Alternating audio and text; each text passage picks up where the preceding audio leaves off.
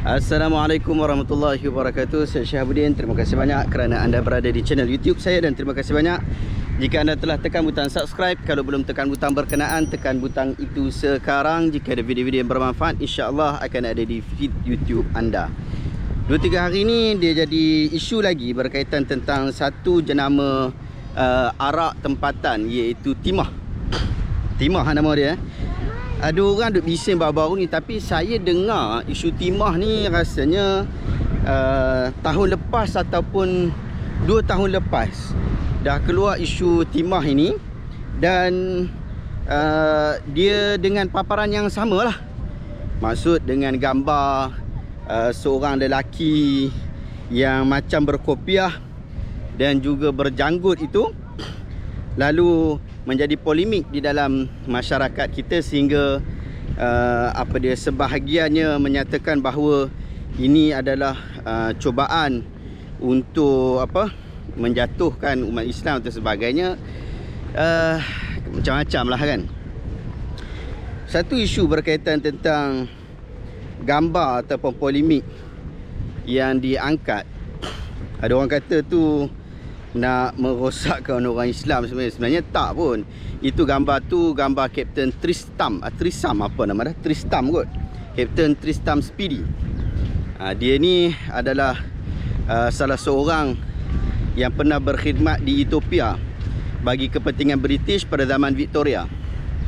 Dan peranan yang dimainkan ialah untuk melatih tentera Ethiopia pada tahun 1860 sehingga 1897. Jadi dia punya kerja dia adalah kerja di bawah British lah. Jadi macam-macam lah apa yang dia buat tu. Kadang penampilan kita nampak dengan berjanggutnya sebagainya, kita ingat itu karakter-karakter Islamik.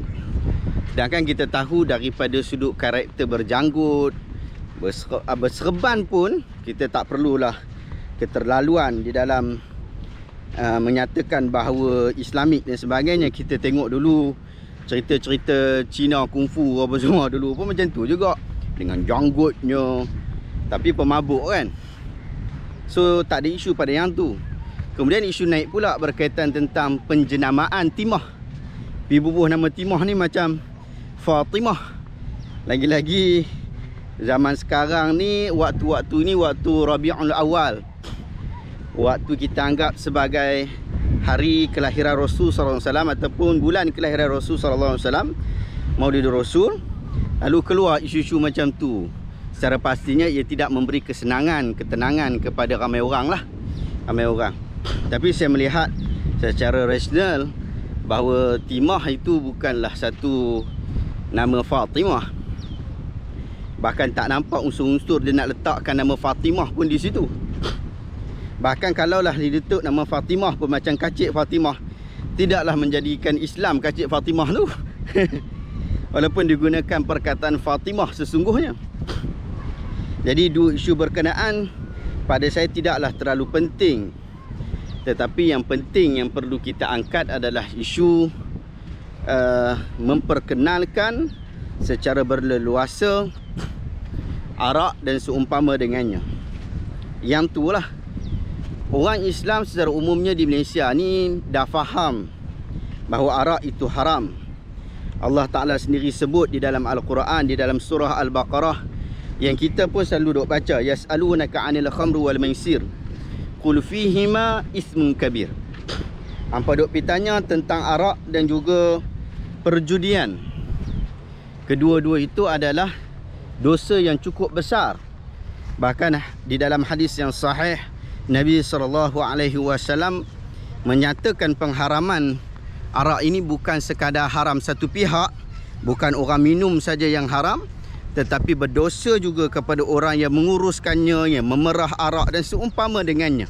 Sehingga 10 sifat orang yang terkait dengan isu arak turut mendapat ataupun turut terpalit dengan dosa yang sama. Jadi kita dah sepakat berkaitan tentang hal-hal berkenaan.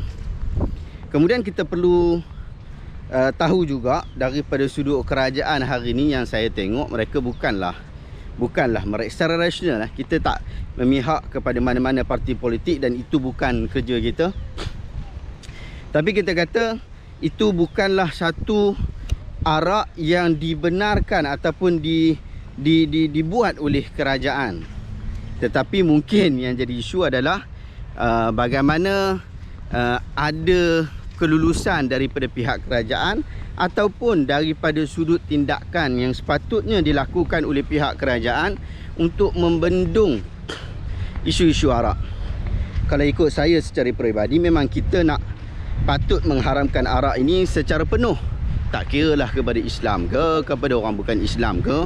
Pengharaman daripada sudut undang-undang perlu sebab ia memberikan kerosakan sejagat, kerosakan akal. Islam mengharamkan arak dengan jelas dengan nas. Daripada nas berkenaan, para ulama melihat maqasid, maksud-maksud syarak mengharamkan arak. Antaranya disebabkan menghilangkan akal.